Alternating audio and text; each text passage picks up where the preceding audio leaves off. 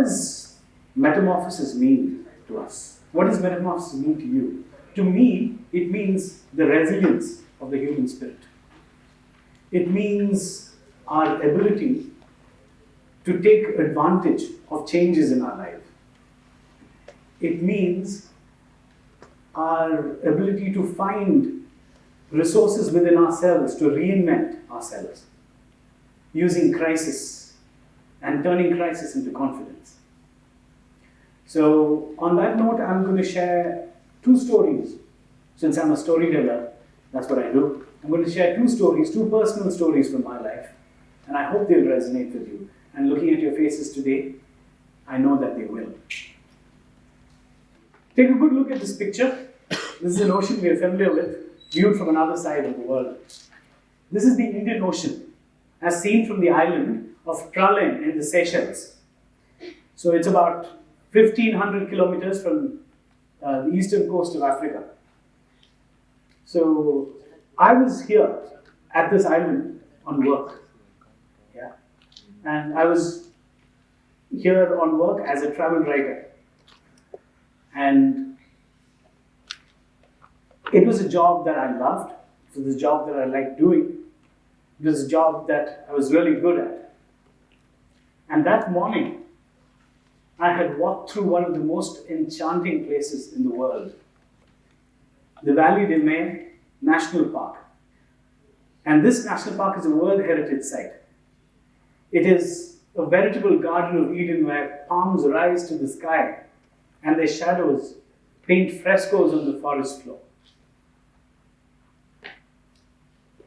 I had seen some incredible creatures that day. I had seen, when most people see green parrots and brown geckos, but I had seen black parrots and green geckos. I had held in my hands the fruit of the largest seed of any plant in the world. The fruit of the cocodamel, which is as heavy as 4 coconuts. And something about this place was magical. Something about this place was something that had seeped into my soul a long time ago. This was a dream, and I was walking in a dream. Many years ago, when I was a child, when I was a schoolboy, I used to sit in my school library looking through copies of Life magazine, and I fell in love with the Seychelles. I fell in love with the wildlife of the Seychelles, and I badly longed to go someday. It's not a place that is on the map for most people, so I put that dream away for many years. And once I became a travel writer, it afforded me the opportunity to go to the Seychelles. And that's how I find myself here, on this island, on the 23rd of February, 2015, a Monday, a very significant day in my life. So that's me with some of the oldest people on the planet. And these giant tortoises of the Galapagos are also found on this side of the world in the Aldabra Islands. So we know of Galapagos tortoises as being the famous ones. These are the Aldabra tortoises, also equally old. So I had the opportunity to spend time with some of the wise ancestors of the earth. And after a day like this, one would expect that my heart would be filled with gratitude. It was. And then I got back to the hotel. My phone had run out of charge, and when I switched it on, finally I saw that I had 21 missed calls from India. 21 missed calls.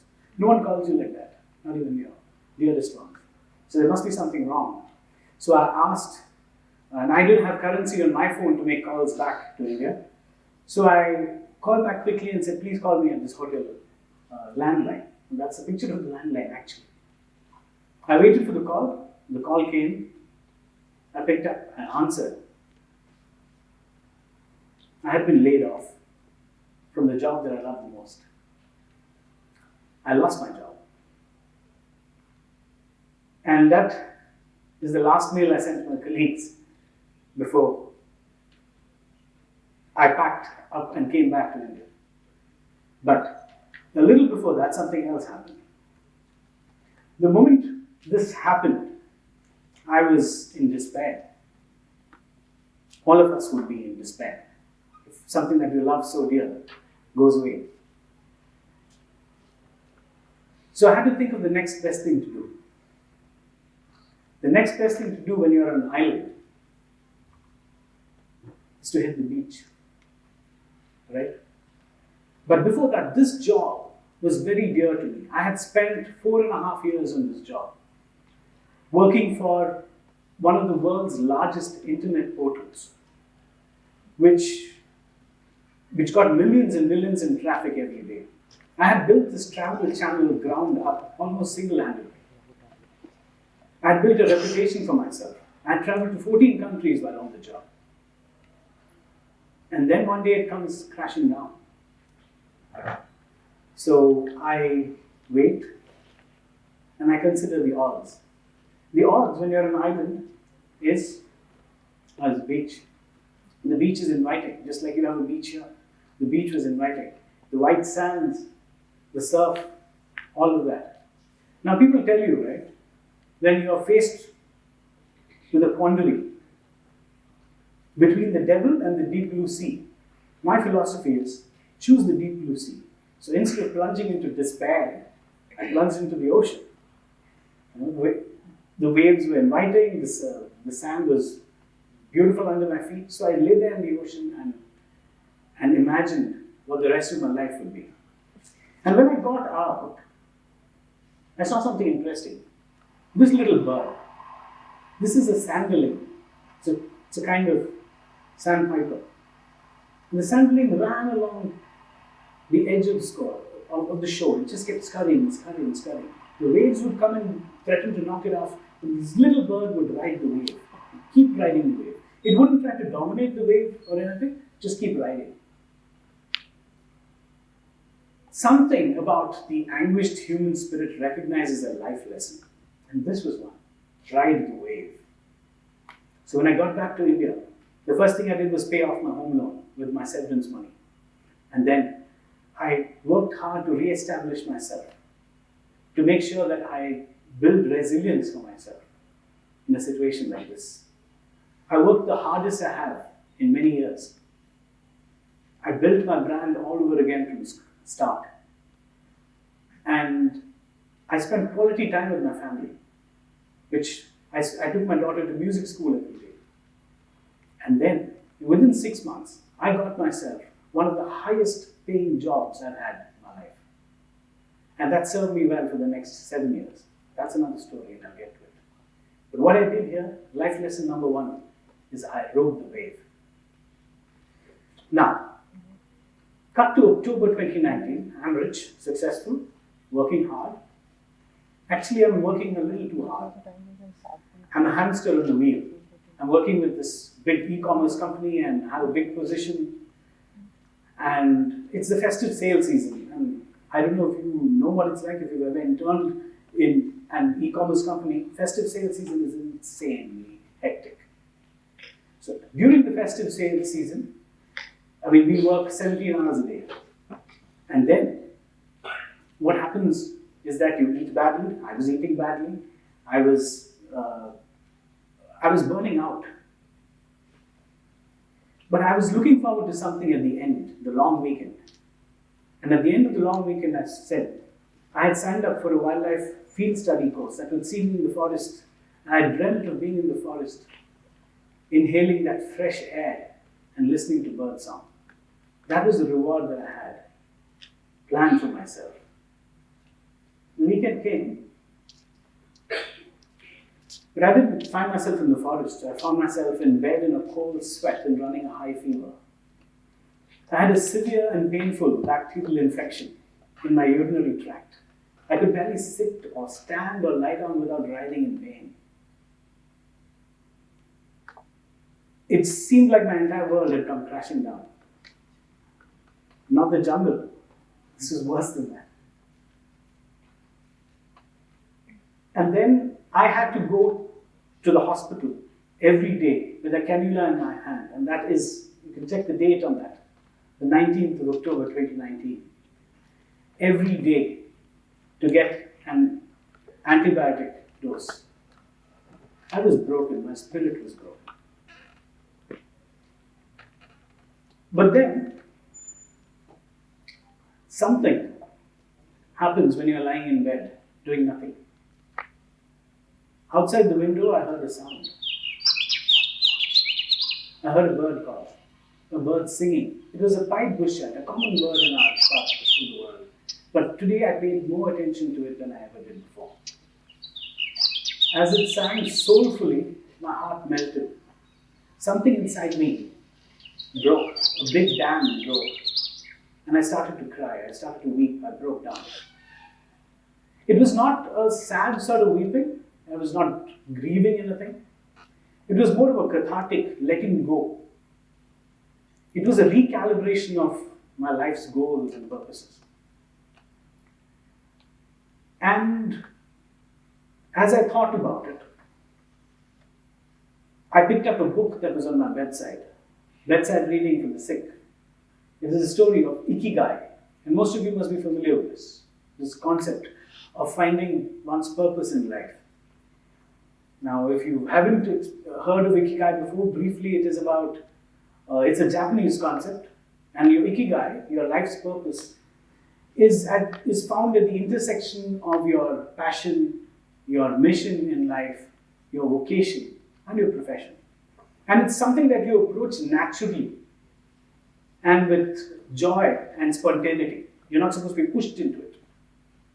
So I asked myself, what is it in my life that I would follow spontaneously without being pushed into it? What is it that would give me joy?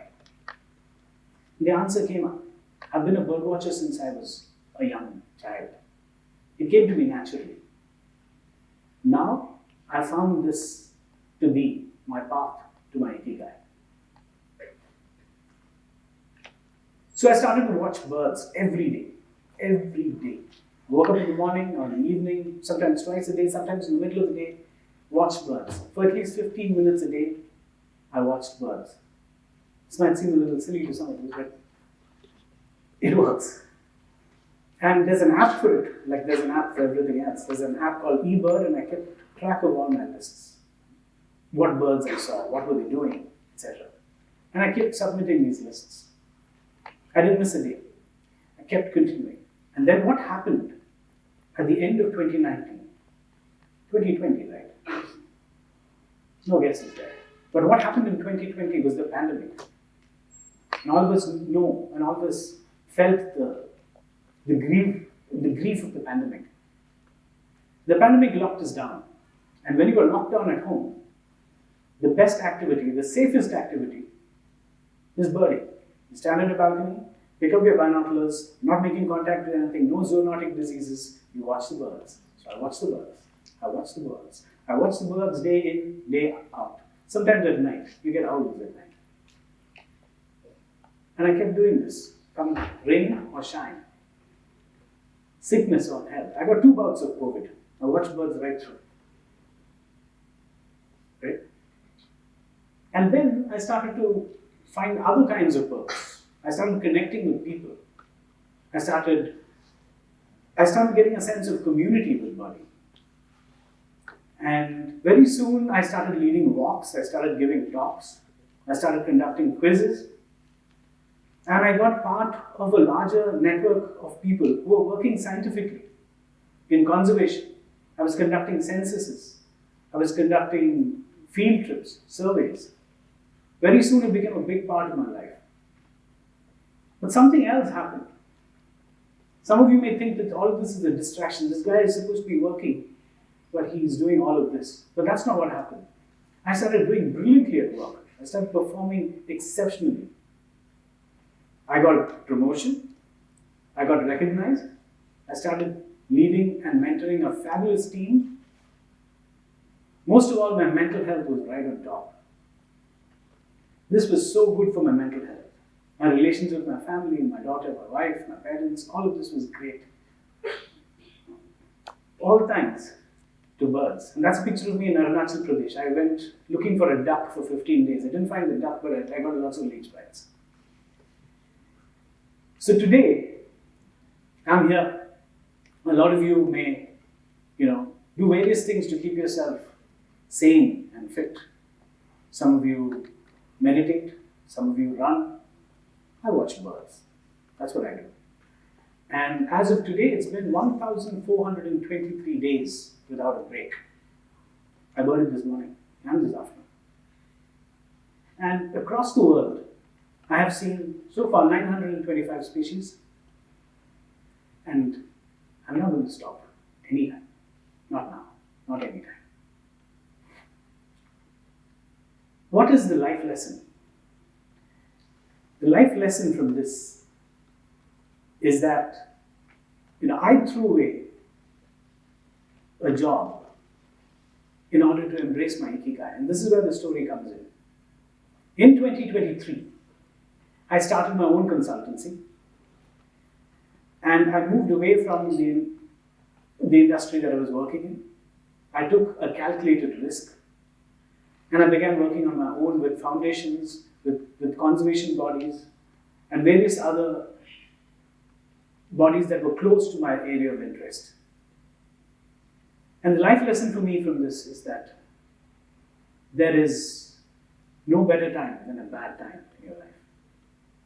So when it comes to resilience, when it comes to reinventing yourself, there is no better time than a bad time. And with that, I thank you for your time.